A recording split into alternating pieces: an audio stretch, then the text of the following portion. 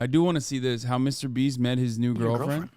Oh God, that one was. The Mile High is. I was going to Antarctica. Mile High. Whoa, hey yo. What, you don't want a mile? Do you know what the Mile High Club is? No. Yeah. That's when you fornicate on an airplane. Mile High. Wait, the Mile High is the This is good. This is a good palate cleanser. This is a good palate cleanser. transition, not the club. Okay. No, we were going to Antarctica, so we're in South Africa. About to go to Antarctica. I got Logan, I got Casey Neistat, I got the entourage. We're doing it. They're your entourage. And then we wake up and they're just like, everyone in Antarctica has COVID. Did you watch the Cult of Elon today so I can watch it on your VOD? No, man, I didn't watch the Cult of Elon today.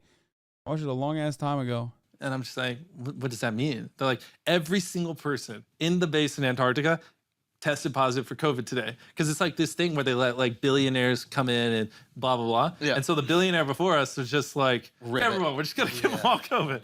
And so they're like all in Antarctica. They had to all be medevaced out and all of it. And so like we were like about to board the plane, fly there and do 50 hours in Antarctica. And now it's just a wasteland. There's no one there to like clear off the ice runway or anything. And so we're like, maybe we can figure it out. So we're like chilling in South Africa for a couple of days. And then I was just at dinner with a friend. And then her friend, who's my current girlfriend, just stopped by. I was like, she just stopped by to say hi to her. And like within 5 seconds, I was like, holy shit, this girl is beautiful. But I have to go through the test because like, I don't really get along with women if like they don't love learning, they're not obsessive, they don't have a hobby, they don't like there's just certain things where if you have these traits, we get along really well. Yeah. And if you don't, like it's impossible for us to hang out. Yeah. So I had to put her through the ringer and start asking questions. Yeah. What do you do? And then she was like, I'm an author. And I was like, fuck yeah, good. She has a hobby. And then we started talking and I just tried to get a feel if she likes learning. Like, whatever. What do you like to do? Sounds cringe, but like what kind of content you consume, and it was more like documentary, educational, and like the type of stuff she does. And she has multiple degrees. You could tell she likes learning. Yeah. She's about to get a neuroscience degree just for fun, not even to get a job. That's amazing. Because like she invested in Bitcoin and did well, so she doesn't even like need it. And she was like checking all the boxes. And I had like these 10 things where like, if I meet a girl that's like beautiful and they have these 10 traits, like we're gonna be literally best friends. Right. Checked every single one of them. Nice feet. Nice feet. No, that was 11. Okay. I can give on that one. Yeah, okay. This is my nerdiness is showing. Andrew, such a fucking asshole, dude. Nice feet. Come on. Because now I'm here. Yeah. This is where I come in. Oh no, I'm saying for you. I'm like the true definition of a nerd. Like I just need. Everyone in the chat is like freaking the fuck out. Like, yeah, he could have worded this infinitely better, okay, with respect to like what his expectations out of a partner is. You know what I mean? But it's Mr. Beast, so of course he is, turning it into a fucking top 10 Watch Mojo video because his brain only works in that way. Okay, that's it. That's it. That's just like that's why he's like, yeah, I had a checklist, Then I made her do the Squid Game.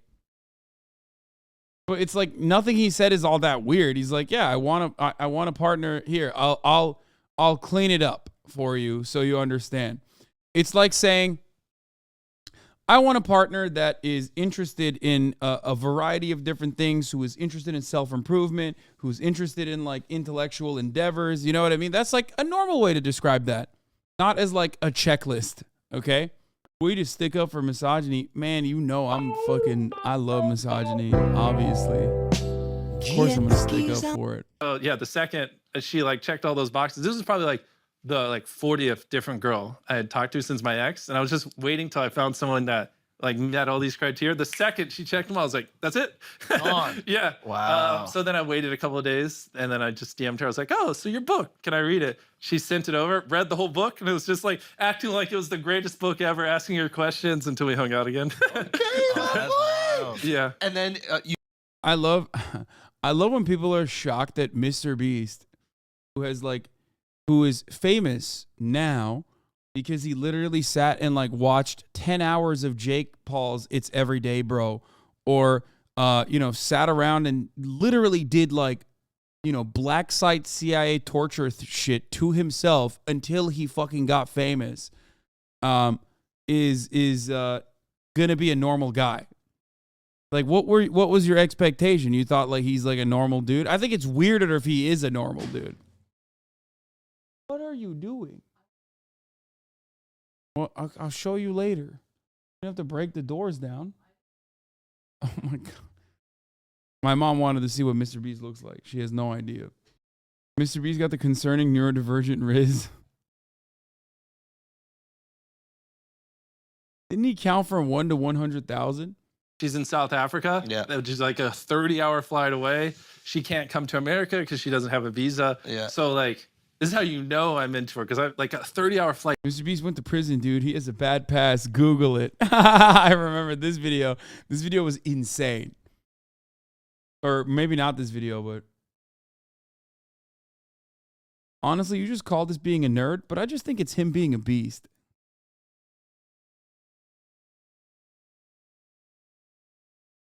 Bro, this man has all the money on the planet and fucking refuses to leave North Carolina, and you guys are like freaking the fuck out over him being weird. Yeah, he's weird, man. Yeah, definitely. Okay. Flight there. And a 30-hour flight back. You've flown to go hang? Yeah, so I just fly out there to hang out with her and show that like I'm a real human, because I literally. Here's the thing about MrBeast. A lot of people are always like, dude, don't you find his content exploitative? Right? He's like taking advantage of poor people and like serving them the dream or whatever.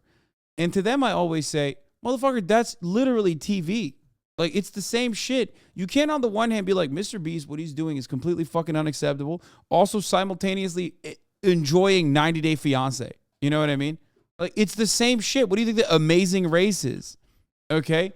He's just doing it, but it's more accessible. He's doing it in a more accessible fashion, so you can fucking talk shit about that, because it might get to him eventually. Like, he might hear that criticism.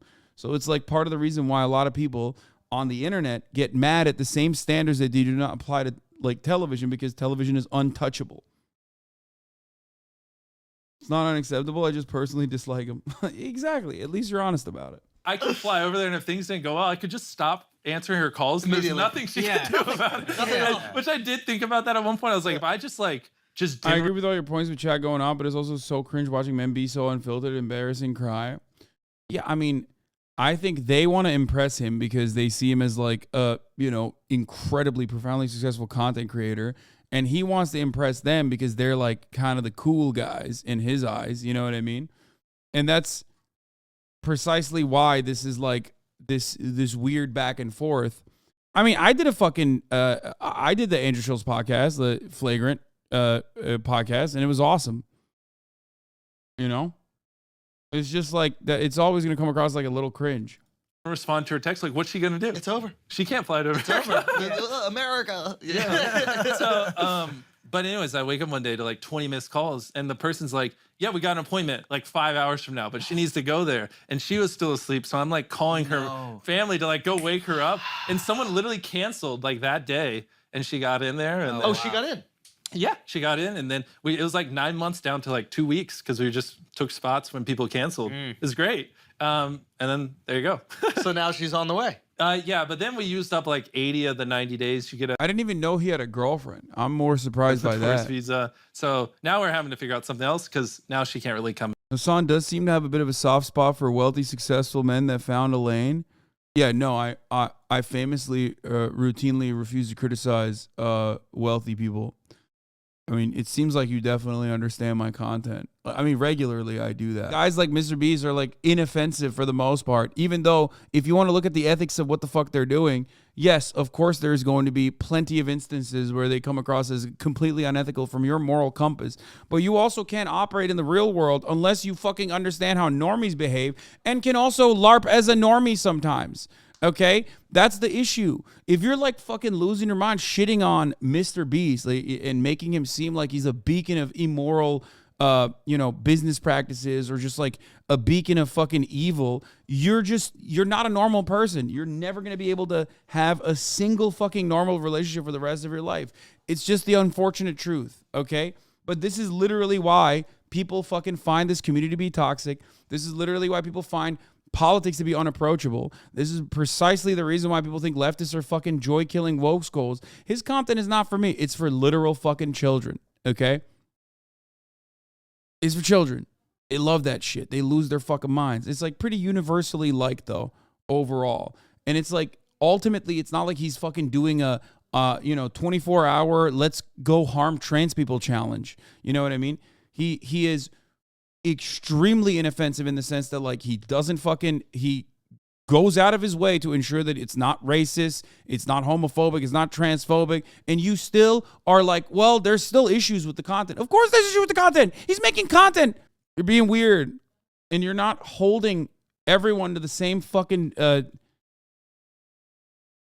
no shot Jimmy is intentionally offensive in my opinion. No, he's intentionally inoffensive. What the fuck are you talking about? He wants to be as like marketable as possible. And that my episode was like infinitely more problematic than this. If you think that there was anything here that was bad.